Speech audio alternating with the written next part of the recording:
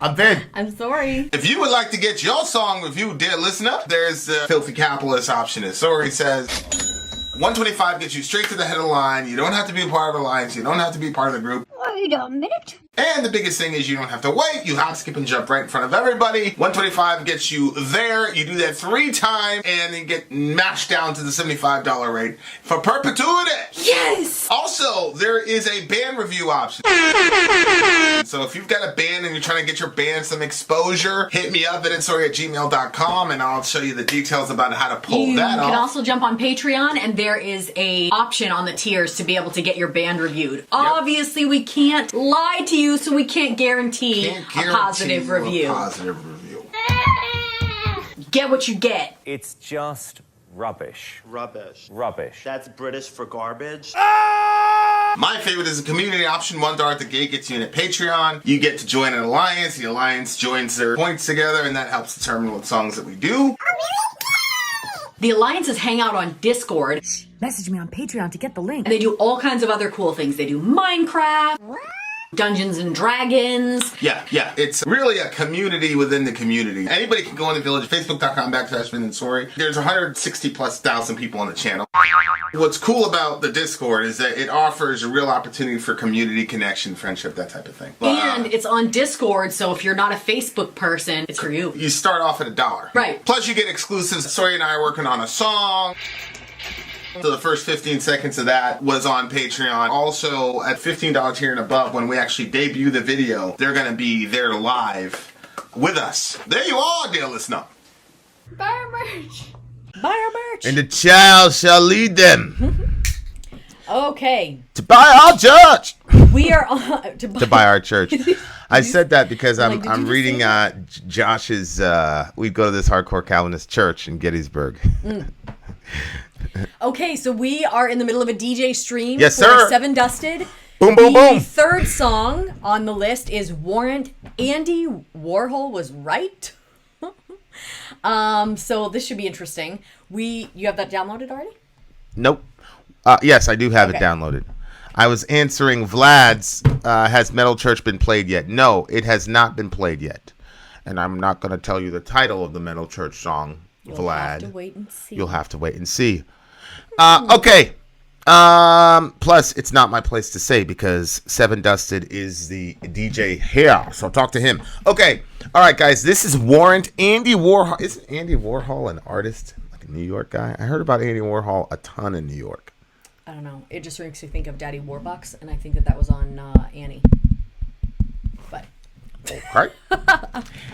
Andy Warhol was right by the band Warrant. Let's go. Here we go.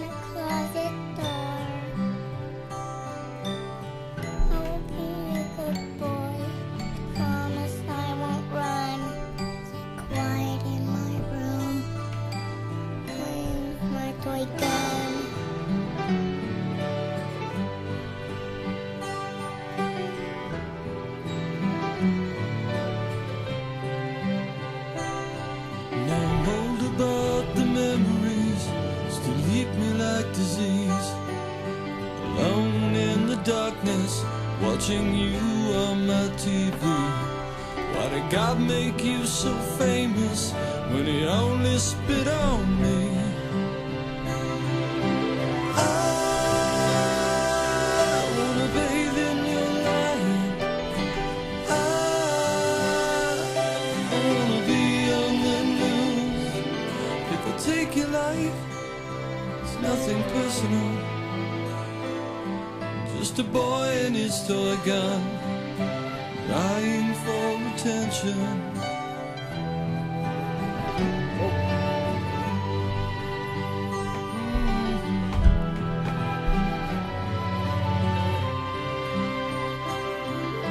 Sitting on the steps sun is sinking low, and the world gets very quiet as the street lamps start to glow. Step out and I raise my gun. Time just seems too slow. For a moment I can see Whoa. myself trapped in your reflection. I'm angry and I'm lonely, and I'm dying for attention.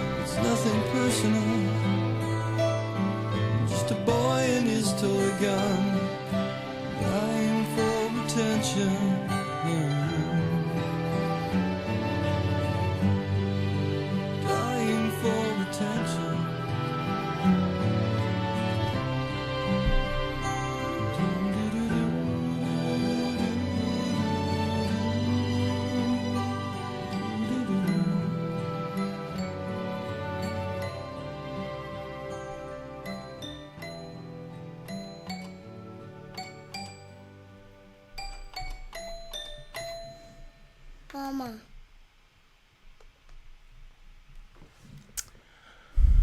Oh my God. 1992 was that song.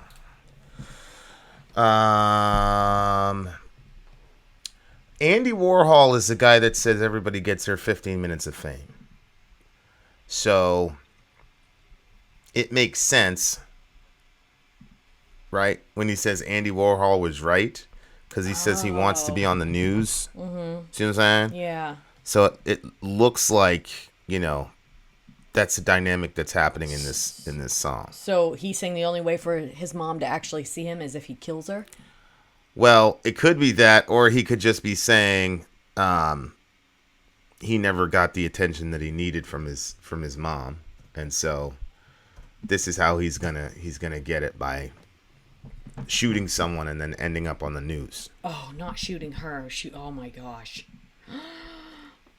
Yeah, I don't think he's talking about shooting her. I think he's talking about just he shooting. Said, if I take your life, it's nothing personal. Oh. Yeah. He says, I want to bathe in your life. I want to be on the news. If I take your life, it's nothing personal. Just a boy and his toy gun dying for attention. Oh, so he's talking to the people he might shoot? Yeah. Oh my gosh. They're getting killed is just a means to an end to get him the attention that he wanted. And he says in the song, like, something about, like, if you see here, now I'm older, I got the memories, they eat me like a disease. And he says, I want to bathe in your light. I want to be on the news. Why did God make you so famous when he only spit on me? See, alone in the darkness, watching you on TV. Yeah. He's not watching his mom on TV, so I don't know. Oh, I thought he was watching his mother. On TV? Yeah, I thought that's why she wasn't giving him attention. Maybe she was famous. Oh. Yeah. Yeah, that's a good point. That's a very, very good. It could be. I mean, I doubt it, but he, twisted little daydreams, memories of pain, locking me behind the closet door. What is it with the closet door? What? What did you see? Oh. What? I didn't hear that for locking me behind the closet door. Like, I don't know if black people do this to their kids, but like a lot of times, like when there's all these psychotic stories that end up in the news, they're always like, they locked the child in the closet. It's like a thing, locking kids in closets. Well, that's what I said. Like, I'm like, what is it with the closet?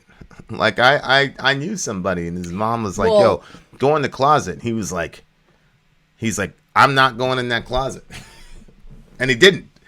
But I have no idea, like, what is it with the closet? Like, putting the kid in the closet's weird. I've never had that inclination.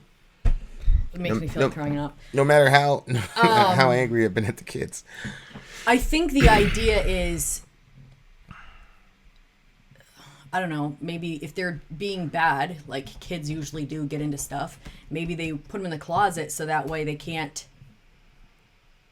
go around. Like in your room you have your toys and all that, but the closet is just like boring. I don't know. It's a scary thought to me to be locked in a closet, or to even trap a child in the closet makes me feel like throwing up. Mm-hmm. So Andy Warhol managed the band Velvet Underground. No way. He's the guy that Really? did the Campbell Soup thing, and he's the one that said 15 Minutes of Fame. That's crazy. Wow. Yeah, he was all over New York when I was a kid. So this is one of those situations, man, where it's like,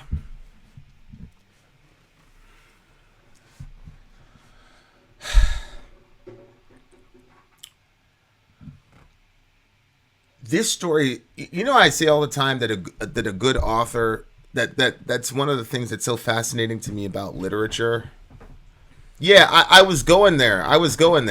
It was about Chapman, the guy that killed Lennon, but I have no clue if it's true or not. I just put together in my mind. Yeah, that's kind of where I was going, because so John Lennon was killed by this dude Chapman. Yeah. And I didn't discover that until the infamous Imagine review. Right, where you were going to interview John Lennon. Well, I was like, yo, I need to interview the homie, blah, blah, blah.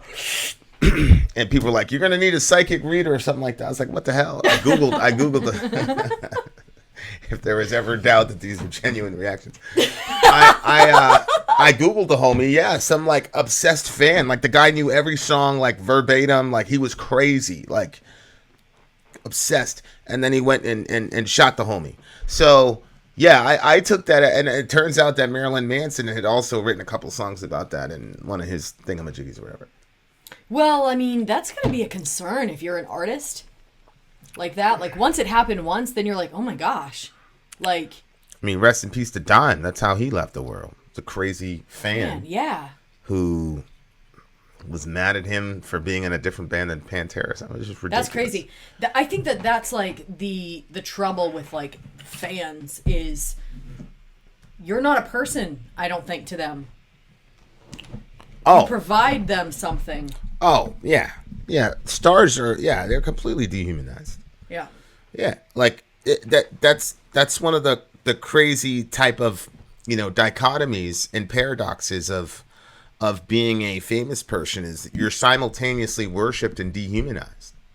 It's like this Simone Biles situation. Like oh my God, she's the greatest of all time, blah, blah, blah. She's doing all this stuff, yada, yada, yada. And she's like, nope, mental health issue. I'm not going to do it. And it's... Was it Charlie Kirk? Charlie Kirk said she was a sociopath. Charlie Kirk called her a sociopath or some crazy shit like that because, whatever. So it's like when you're a famous person, you have to realize that, and, you just have to understand that the thing that you got famous for is not you as a person. Mm-hmm. You got famous because you're providing some sort of endorphin kick to those people. Mm-hmm. And the minute that you stop being useful in that regard, they have no time for you, no reason for you to be. So here's my point. My point is, it's like I say, every good author can have you rooting for a bad guy or being angry at a good guy. Yes.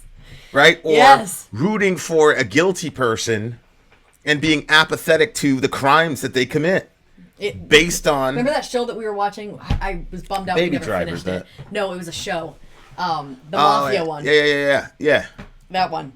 Yeah, well, yeah. You end up like really rooting for this bad guy. Why am I rooting for this guy? Hoping that the DEA doesn't catch him. Yes, and the thing is, like, he was like all the categories where, like, if like my stereotypical that's a bad guy, like he nails all those categories. 100%. But I'm still rooting for him. 100%. That is a good author for sure.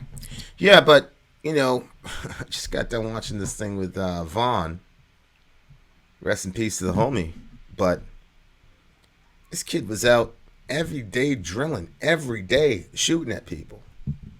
Like, most people lie about how many bodies they have in the other way. Like he had more than 7. You know what I'm saying? Like most people say, oh, even like guys when they do ops and shit, like they'll be like, you'll look at the debrief and like, yeah, I engaged, blah, blah, blah, blah. It's like, nigga, you didn't, what the fuck? Stunning.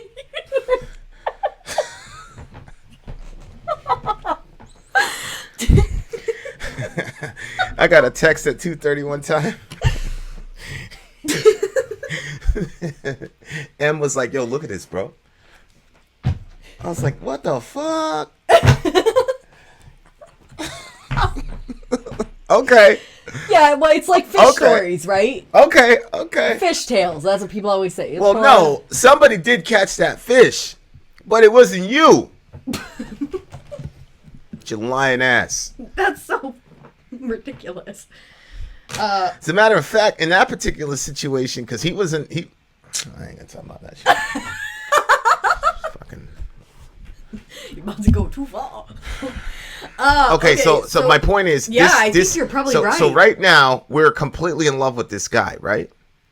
The kid? The guy in the song. We're not in love with him, but we're sympathetic because it starts off, Oh, because he's locked behind a closet door, and he starts off he's talking like a little boy. Yeah. He talks like a little boy at the beginning of the song, so you're already predisposed to be sympathetic to him. Mm-hmm. Oh, that's why she put him in the closet. Yeah. He said he won't. He was inclined to run.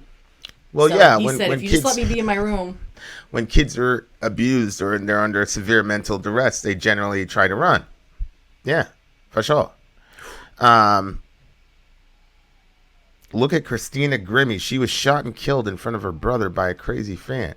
Yeah, and Selena, when I was in Florida, that was the big thing with Selena. Like she was legendary, and she had a basically obsessed. The woman worked for her, I think, and she became obsessed with Selena, and then she killed her. She stabbed her or some shit like that.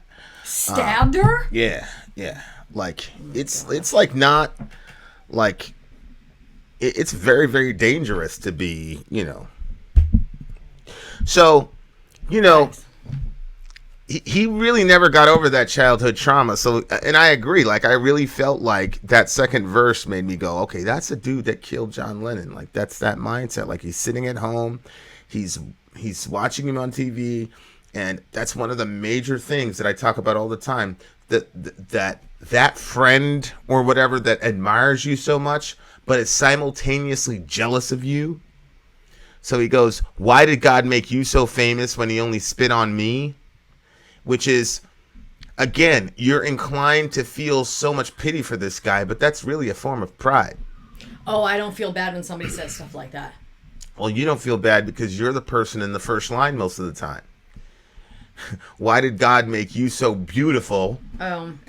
Right? Yeah. Or why did God make you so charismatic or whatever? Like, you're the person that people admired and you're the person that people are jealous of.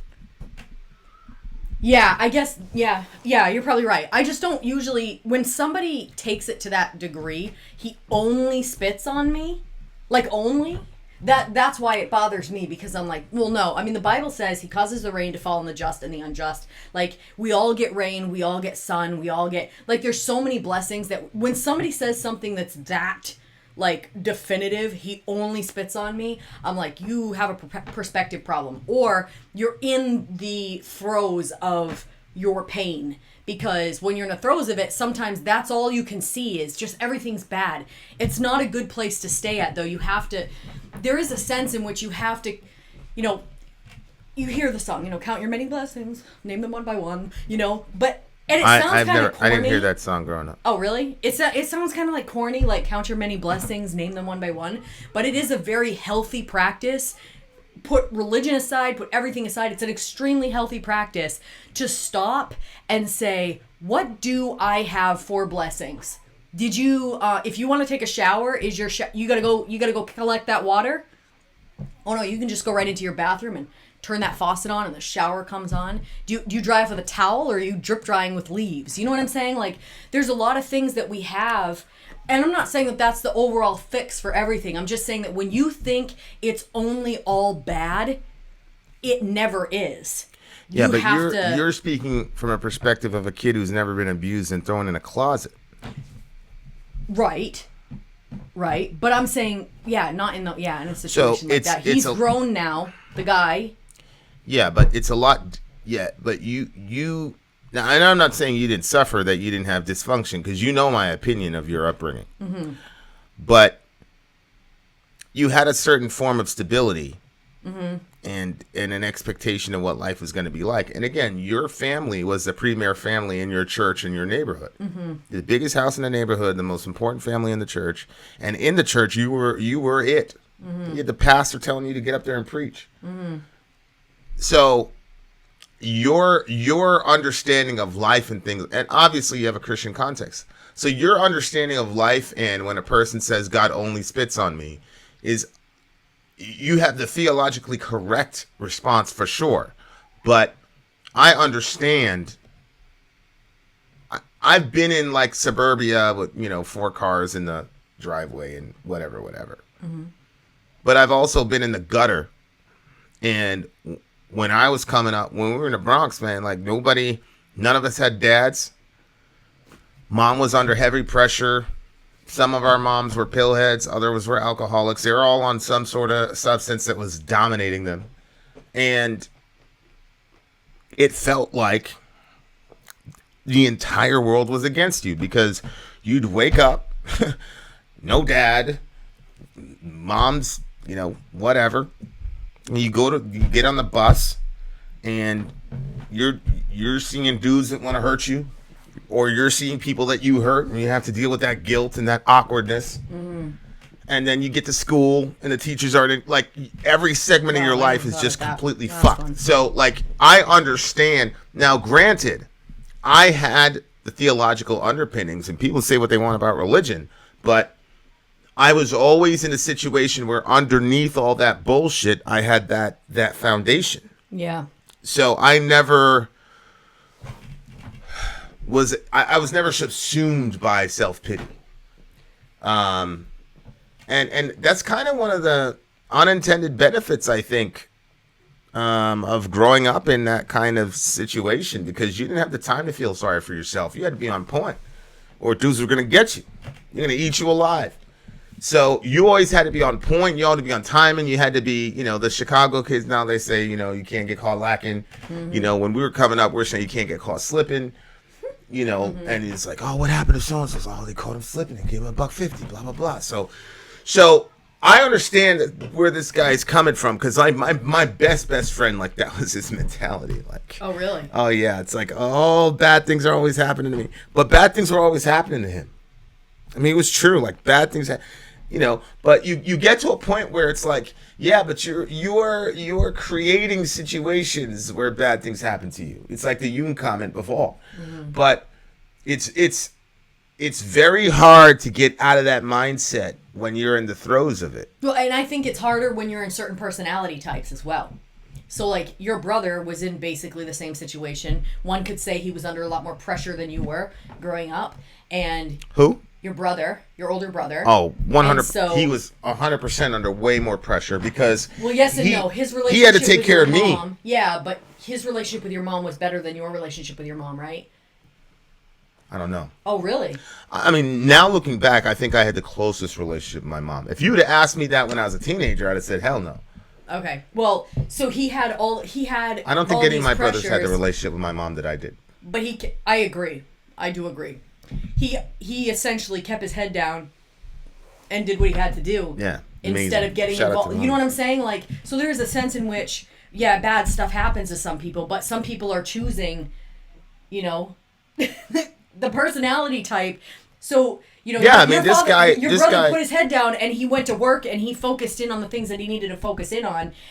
And the other person you were talking about, from his pain, engaged in conflicts, and you know what I'm saying? But like, my brother had a foundation of God.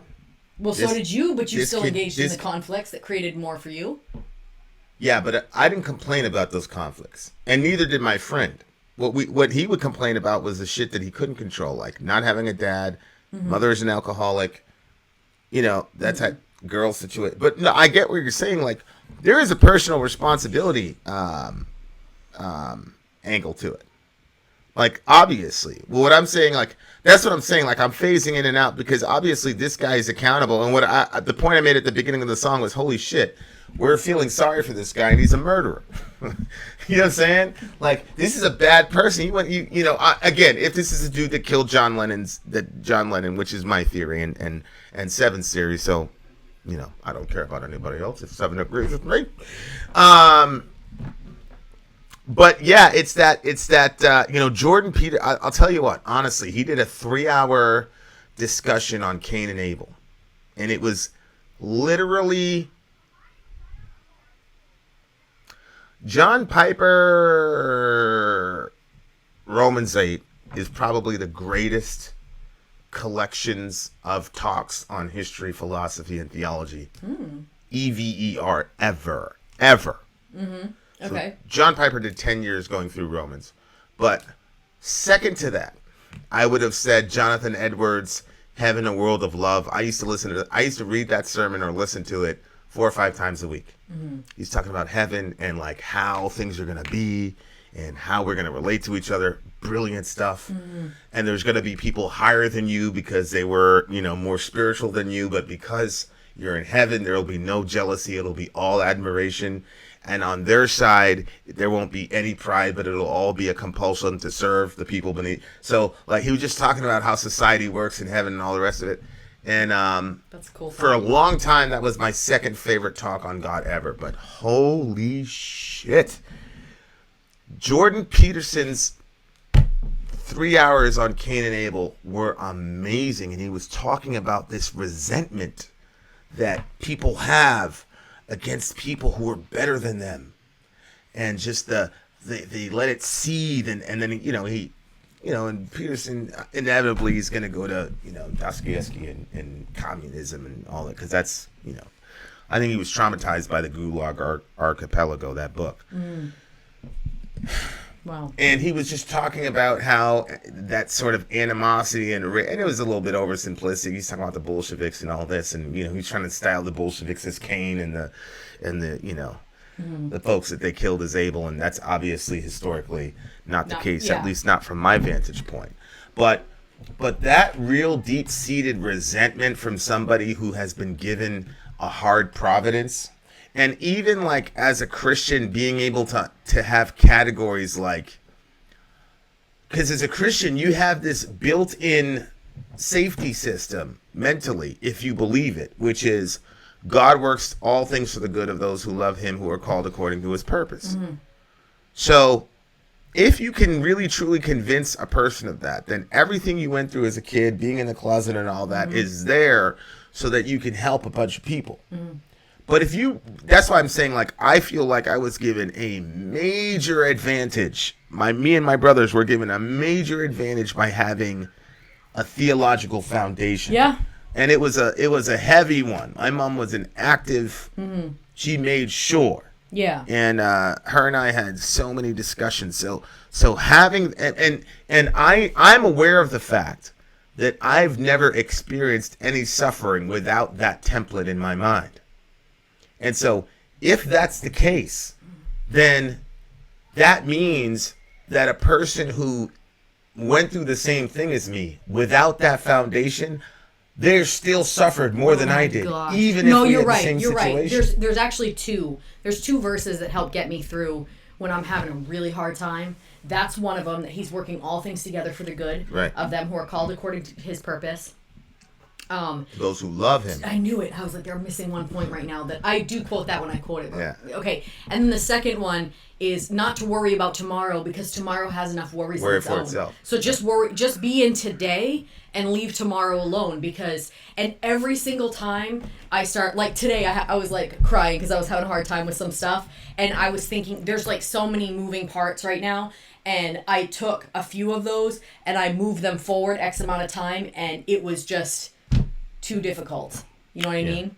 And I was like, this is altogether too much. But normally I stop myself and I say, no, I'm living in today. I'm staying in today, and I'm not going to, because the other thing too is you don't know what tomorrow or the day after that is going to hold. Like, sometimes people's lives stay basically the same, and sometimes drastic things happen that were totally unexpected. And I've seen that between the two of us, there's a lot of unexpected shit that can take place and change things drastically. You know what I mean? Yeah. So, yeah, and so this is where I'm at today, but I don't know where I'll be tomorrow like or the day after. Like for example, like I've had friends that are secularists, and they're like, "This bad thing happened," and then they'll talk, and later they'll talk about how something good came out of it, whatever. But they don't make the connection because there is no connection to make. The sky's empty. There's no connection. Right. It's just you had a bad coincidence here, but then that bad coincidence set off a chain of good coincidence, and mashallah tabaraka, there's no ma tashallah. So like that makes a massive difference. And I'm not denigrating anyone. I'm saying that gives you an advantage psychologically. Oh, absolutely. That Christians fall back, and I didn't really realize this until like we were in a situation where we started seeing a bunch of young Christian. When I say young, I'm talking about they just got introduced to the faith and they knew nothing. So you get these crazy texts. Oh my God! Yeah. Vin! Yeah. Vin! It says that we're adopted as sons. And the dude, like, it was the end of the world for him. Like, oh my God, it says that God adopted us. Holy shit, we're in God's family. And then somebody else, oh, when we're having communion, we're having like a meal with Jesus. Holy shit. And like, they're just blown away by this stuff. And it's like, and God was like, you've had this your entire life. Yeah. Yeah. And, it's like, when Elkanah said to Hannah, I'm not worth more to you than 7 sons. And God said to me, yeah, bro, I put you through a lot of shit, but would you trade it for anything?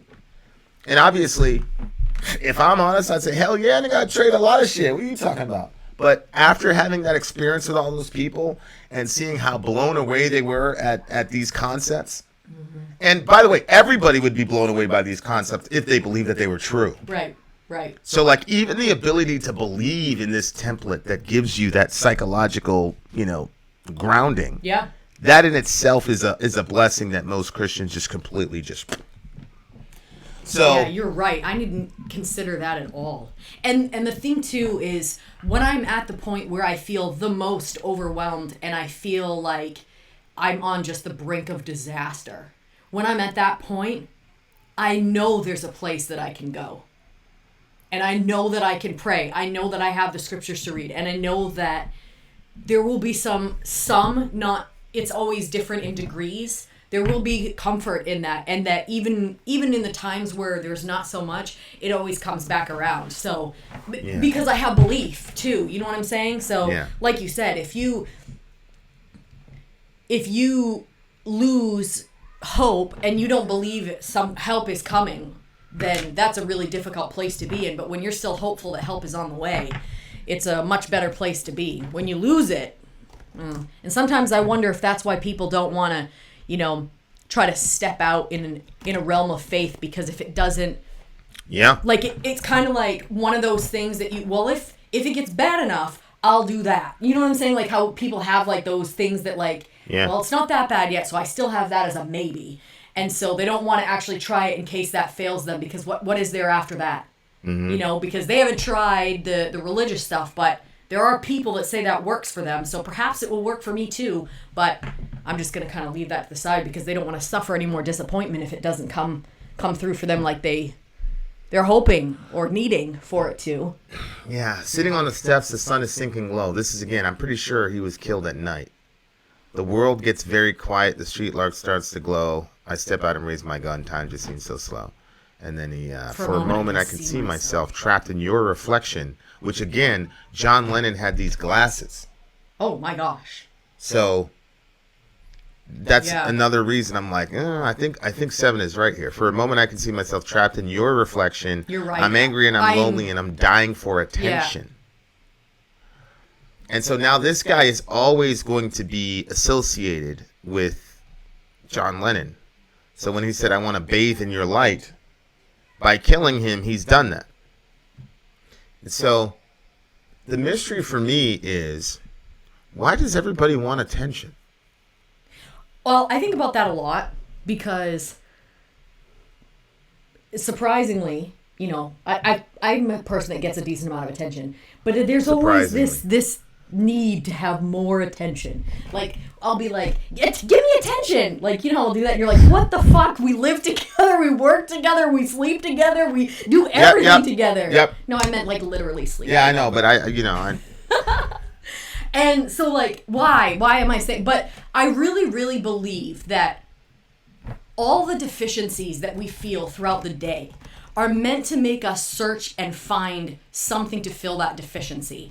And so I think that God, you know, you talked before about God being a father and that person being like a son, and the realization that he had, and that, like, holy shit, like, God wants me as a son. And I think that when you have that understanding, like, I think that God leaves that kind of spot kind of feeling like that, like you need attention, because there's no person that's going to be able to supply that amount of attention that would come from an eternal being.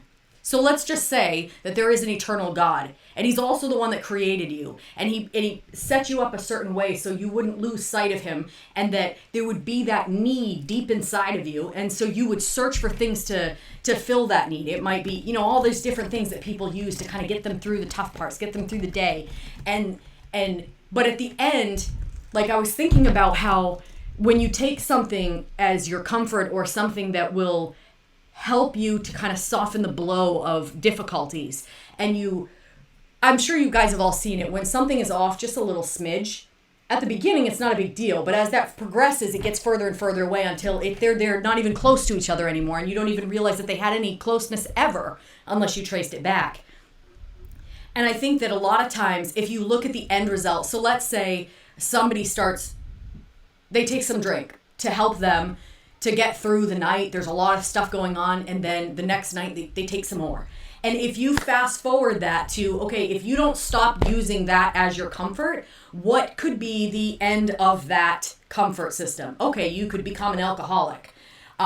Or what if you're the type of person that when you get really super stressed out, you like to go drive fast? Well, if you keep doing that, inevitably you could crash your car. You know, there's so many different things that we use to kind of bring us comfort. Some people, they think about suicide. How would I wonder what this person would think, what would they say? All these thoughts, all these comforts to bring you when you're feeling bad. But the inevitable end of that, a lot of times people think about suicide X amount of times before they actually go through with it.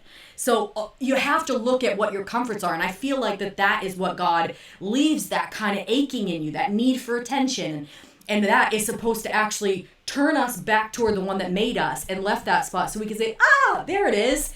And then in him, we find the attention that we were seeking for. Because have you ever, you know, like when you're in with him, it's like you feel that completeness, that wholeness, that, you know what I'm saying? Like that can't be compared to. Yeah. But you get glimpses of that feel. It's just a little smidge of feeling. You know, like when you're a kid and you go to the theme park and you're riding that perfect ride and there's all that excitement that's built up inside you and everything feels right. You can kind of forget about stuff. But it doesn't last. Yeah, it's just childhood trauma, man. Is, you know, we listened to a previous song and about childhood trauma, and it's a real issue. And obviously, this guy, you know, was abused. Specifically talking about his mom. Mm-hmm. No real mention of his dad, which is very interesting. Mm-hmm. It's weird, man. It's like I said, you know, Tupac, Big, like all these guys, like it was about their mom. Yeah. You know, and obviously there's a sociological issue, you know, in the hood, you guys, fatherless homes or whatever. But it's just, there is a kind of connection between a mom and a child and wanting to be seen. Yeah, by your parents. Yeah. And be approved of by your parents. Right. Yeah. And it's really interesting, right? The Aaronic benediction, may the Lord bless you and keep you. May the Lord cause his face to shine upon you and be merciful to you. And give you peace. So, you want God's face. Yeah. You want God to look at you and pay attention to you. Yes. And it's weird. Yeah. So. And he comes in varying degrees, and some people have to wait longer, and some people have to search harder, and I don't understand, you know, why. I don't know why these kids do that. You know, I don't understand why he does that. It doesn't make sense to me, but I was thinking about the parent angle today, and why, you know, you can be, you know, I'm, you know, halfway through my life at this point. I literally told them to wait. You know, I'm halfway through my life basically, and I still have this need to be completely approved of by my father. But it's not, you know what I'm saying? Like, Right. It's not going to happen, probably not going to happen, or certainly not the way that I would hope that it would happen. And so it is what it is, but there's still that need or that desire, and you want it, and, you know, what are you going to do? But this is another thing, probably going to sound weird, but I think that probably if I was to be diagnosed, I probably have a bit of OCD. And so things, if I let myself, I can get really like, when people would come to visit me, after everybody left, there would be bleach cloths going everywhere. I put sheets over my couches, and all those would get washed when people would leave. If I went to somebody else's house, I brought a sheet with me to put on their couch. Like, no, I was very, very, including, I even did that at my parents' house and at other, so it wasn't just, I used to do that when I would visit Vinny too. I think it was probably slightly offensive. What? Put the sheet over the couch before I'd sit on it. I just couldn't do it. Anyway, and then I started getting really obsessed with hand sanitizer. I had to stop some of that because it was just taking over. Anyway, so one thing that would bother me, especially when I'm in a closed room, is that everybody is breathing the same air, and the fact that that air went inside other people's lungs and is now in my lungs is very disgusting to me. Okay. It's so gross. Anyway, so we went out to the pool thing. We went out to the swim meet.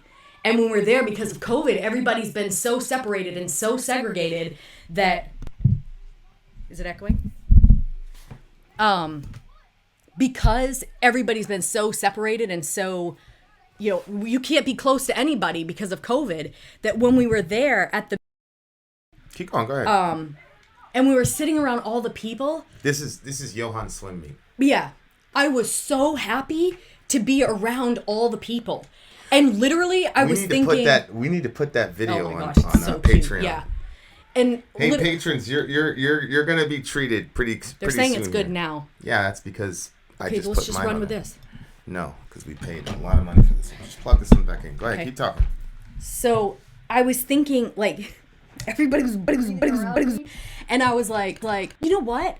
There is a kind of sweet cuteness to the fact that we're all breathing the same air, you know what I mean? And we're all sharing this space together and this experience together. And I could appreciate all the people instead of feeling like, ooh, what's up? You know what I mean? Yeah. And so I think that there are certain things, like, I think that, yeah, like, obviously God is important. And I also think that part of the ways, like, the need for attention and stuff like that, I think it's because we are a people, a wide group of people, and that part of what makes us feel completed or validated or something is when we're in groups, which is kind of why we've created the Village. It's why when you're at a show, it's not the same as if you watch the live show on YouTube from your phone, or if you were the only one at the show. Like, if you saw the band and it's just you in the crowd, it wouldn't feel the same as when you're surrounded by all your people and everybody's like cheering the same song and just loving it. And I just think that there's a lot of really healthy, I don't know, things. And so that goes to the whole, like, you know, anyway. Very disjointed. 9.3 for me.